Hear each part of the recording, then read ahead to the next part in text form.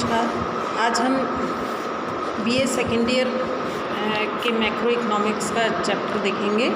राष्ट्रीय लेखों में पर्यावरणीय चिंताओं का समावेश, हरित लेखांकन।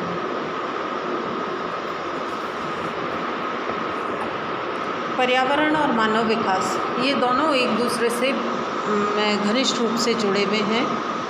पर्यावरण की समृद्धि और शुद्धता ये मानव विकास का मार्ग प्रशस्त करती है।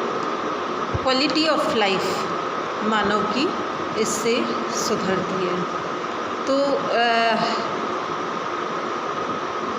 अगर हम देखें तो हमारे यहाँ पर्यावरण के साथ पिछले कुछ वर्षों में काफ़ी छेड़छाड़ की गई, जिसकी वजह से पर्यावरण संतुलन की समस्या हमारे सामने उत्पन्न हो गई और इसीलिए हमें पर्यावरण को सुधारने की बात करनी पड़ी है और राष्ट्रीय आय में पर्यावरण का भी समावेश किया जाने लगा है। हरित लेखांकन की बात भी सामने आने लगी है।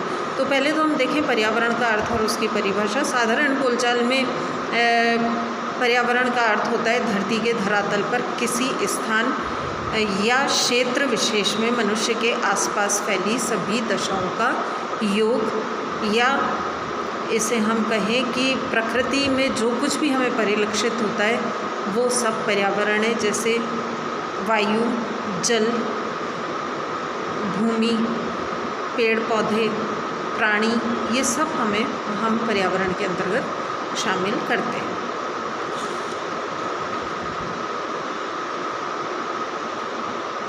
हम इसे दूसरे शब्दों में कहें तो जीव मंडल भी कह सकते हैं, जो कि जल मंडल, स्थल मंडल और वायुमंडल का योग होता है। जब मानवीय गतिविधियों से पर्यावरण में परिवर्तन होता है और ये परिवर्तन प्रकृति के साथ समन्वय स्थापित नहीं कर पाता है तो पर्यावरण में असंतुलन पैदा होता है और अंततः कई प्रकार के प्रदूषण फैलाकर मानव जीवन को खतरे में डाल देता है। अब हम देखें मानव सभ्यता का विकास और पर्यावरण।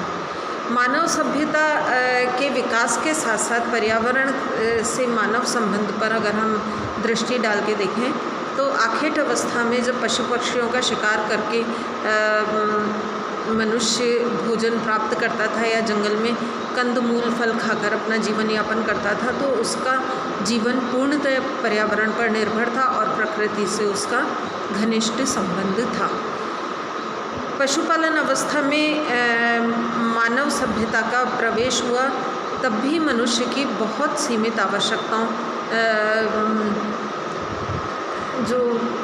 आवश्यकताएं थी वो पशुओं के बाय प्रोडक्ट से पूरी कर ली जाती थी। इसलिए पर्यावरण में असंतुलन की समस्या भी ज़्यादा नहीं थी और प्रकृति उससे समावेश स्थापित कर लेती थी।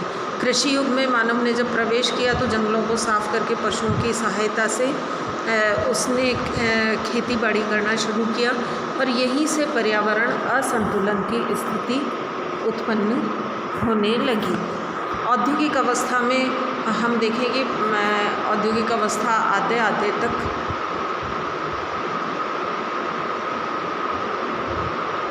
मानव की आवश्यकताओं में बहुत ज़्यादा वृद्धि हुई। भौतिक मानव का निर्माण तब होने लगा और औद्योगिक अवस्था हमारी इन आवश्यकताओं को पूरा करने के लिए उद्योगों की सहायता ली जाने लगी, जिससे बड़े पैमाने पर उत्पत्ति के लिए मशीनों का प्रयोग होने लगा, जनसंख्या बढ़ने लगी, नगरीकरण बढ़ने लगा, खेती, आवास स्थानों, कारखानों की स्थापना के लिए जंगलों को साफ किया जाने लगा, मैदानों में जंगलों को खेतों में कन्वर्ट किया गया, खेतों को मैदानों में या रेजिडेंशियल एरिया में कन्वर्ट किया गया। तो ये यहाँ से हमारे साथ में जो पर्यावरण असंतुलन की स्थिति है वो बहुत विकट और भयावह हो गई है। आधुनिक मशीनी युग में आर्थिक गतिविधियाँ हमारी जिस तरह से बढ़ती जा रही है, पर्यावरण का उतनी ही बुरी तरह से शोषण होता जा रहा है और सभी को शुद्ध जल, शुद्ध वायु, शुद्ध भोजन सभी धीरे धीरे दुर्लभ होते जा रहे हैं। अब हम देखें कि पर्यावरण और आर्थिक विकास, इनमें आपस में क्या समानता है। तो भारत में बढ़ती हुई आवश्यकताओं के कारण विभिन्न गतिविधियां भी हमारे यहाँ पे बढ़ी हैं और उनमें उन गतिविधियों से में एक है, उनका महत्व अन्य गतिविधियों की अपेक्षा अधिक है, क्योंकि उन्हीं से भौतिक समृद्धि और उच्च जीवन स्तर का मार्ग प्रशस्त होता है। अतः जहाँ एक और मानव की बढ़ती आवश्यकताओं की पूर्ति है तो आर्थिक विकास की गति तेज़ करना जरूरी है, वहीं साथ साथ पर्यावरण में संतुलन बनाए रखने और आर्थिक विकास जनित पर्यावरण प्रदूषण पर प्रभावी नियंत्रण रखना भी ज़रूरी है। अगर हम भौतिक समृद्धि और खुशहाली के साथ जीवन जीना चाहते हैं तो प्राकृतिक पर्यावरण के साथ पारस्परिक संतुलन बिठाना अनिवार्य है और इससे हमारे लोभ की प्रवृत्ति अगर हमारे में बनी रही तो ये हमें विनाश की गर्त में धकेल देगी। अब हम बात करें आर्थिक विकास से प्रदूषण का खतरा विश्वव्यापी है। तो आज विश्व के जितने भी देश हैं, चाहे वो विकसित देश हैं चाहे विकासशील देश हैं, हर जगह जल, वायु, भूमि, ध्वनि, इनके प्रदूषण का खतरा मंडरा रहा है और ये सभी शहरों और गांवों में फैलकर मानव जीवन पर 3 तरह का संकट उत्पन्न कर रहा है, जिसमें पहला है पर्यावरण का भौतिक संकट, दूसरा है पर्यावरण का जैविक संकट और तीसरा है पर्यावरण का सांस्कृतिक संकट। तो पहले हम बात करें पर्यावरण के भौतिक संकट की। तो पर्यावरण के भौतिक संकट के अंतर्गत आर्थिक विकास के दौरान अर्थव्यवस्था में उपलब्ध प्राकृतिक संसाधनों के उपयोग और विदोहन से उत्पन्न संकट का समावेश होता है और इसके साथ साथ गांवों और शहरों में धुआं, धूल, गैस, रासायनिक तत्वों से पर्यावरण हमारा दूषित होता है।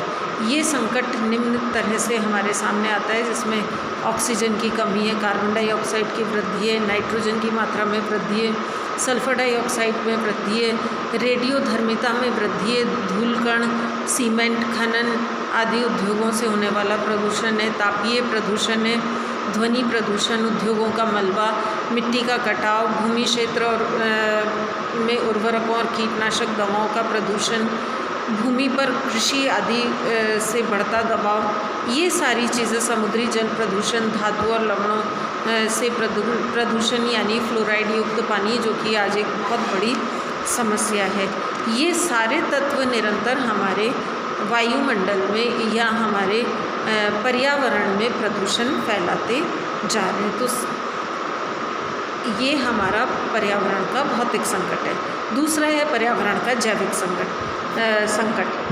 जनाधिक्य और जनसंख्या के कुपोषण के संकट से संबंधित ये जैविक संकट है।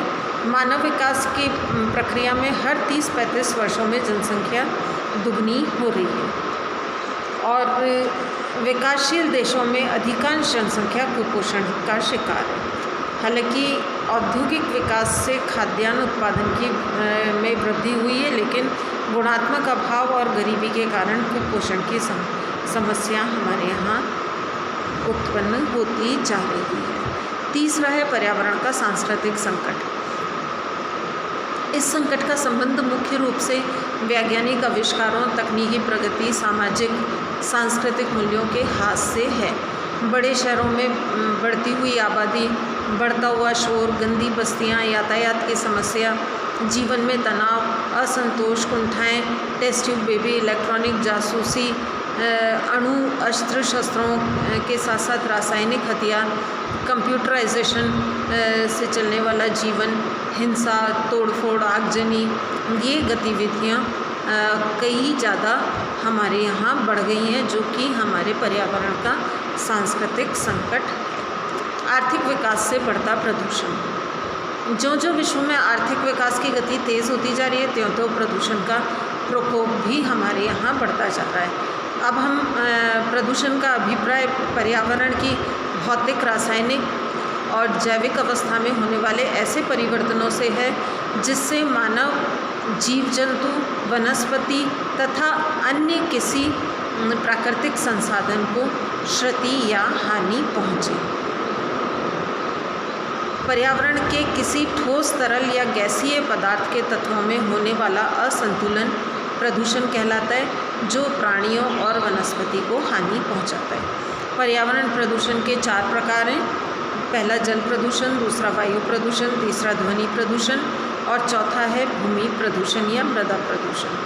पहले हम बात करें जल प्रदूषण की, तो जल प्रदूषण का आशय जल में होने वाले ऐसे भौतिक, रासायनिक और जैविक परिवर्तनों से है जिसके कारण यह जल मनुष्यों, पशु पक्षियों, जलचरों, वनस्पति आदि के लिए हानिकारक या अनुपयोगी होने की संभावना हो। जल प्रदूषण के कई कारण हैं, जिसमें पहला है घरेलू मल का निस्तारण। सड़कों या नालियों पे फेंका हुआ मलमूत्र, कूड़ा करकट या खुले स्थानों पर त्यागा गया मलमूत्र ये गड्ढों के माध्यम से अंततः जल स्रोतों में पहुंचकर जल को प्रदूषित करता है। दूसरा है औद्योगिक अपशिष्ट तथा बहिर्स्राव। औद्योगिकरण के कारण औद्योगिक इकाइयाँ अपने अपशिष्ट और बहिर्स्राव को नदियों में प्रवाहित करती हैं। दिल्ली में इससे होने वाला प्रदूषण बहुत ज़्यादा है। तीसरा है शवों की राख नदियों में बहाने की परंपरा से भी जल प्रदूषण होता है। फिर कृषि के अपशिष्ट पदार्थों, सड़े गले फल, साग सब्जियों, कृषि में प्रयुक्त रसायनों, उर्वरकों, कीटनाशक दवाओं का बहकर जल स्रोत में मिल जाना, ये भी जल प्रदूषण को बढ़ाता है। फिर नवीन पैकिंग और पैकेजिंग सामग्री का बहकर जल स्रोतों में मिल जाना भी प्रदूषण फैलाता है। प्लास्टिक की थैलियाँ यूज़ एंड थ्रो यानी काम में लो और फेंक दो, ये बहुत बड़ी गलती है जो कि नालियों में रुकावट कर सड़ांत फैलाती है। फिर जल स्रोतों में पशुओं को नहलाना, कपड़े धोना, कपड़े क्योंकि डिटर्जेंट पाउडर साबुन से धोए जाते हैं, डिटर्जेंट से धोए जाते हैं, तो ये हमारे जल के प्रदूषण को बढ़ाते हैं।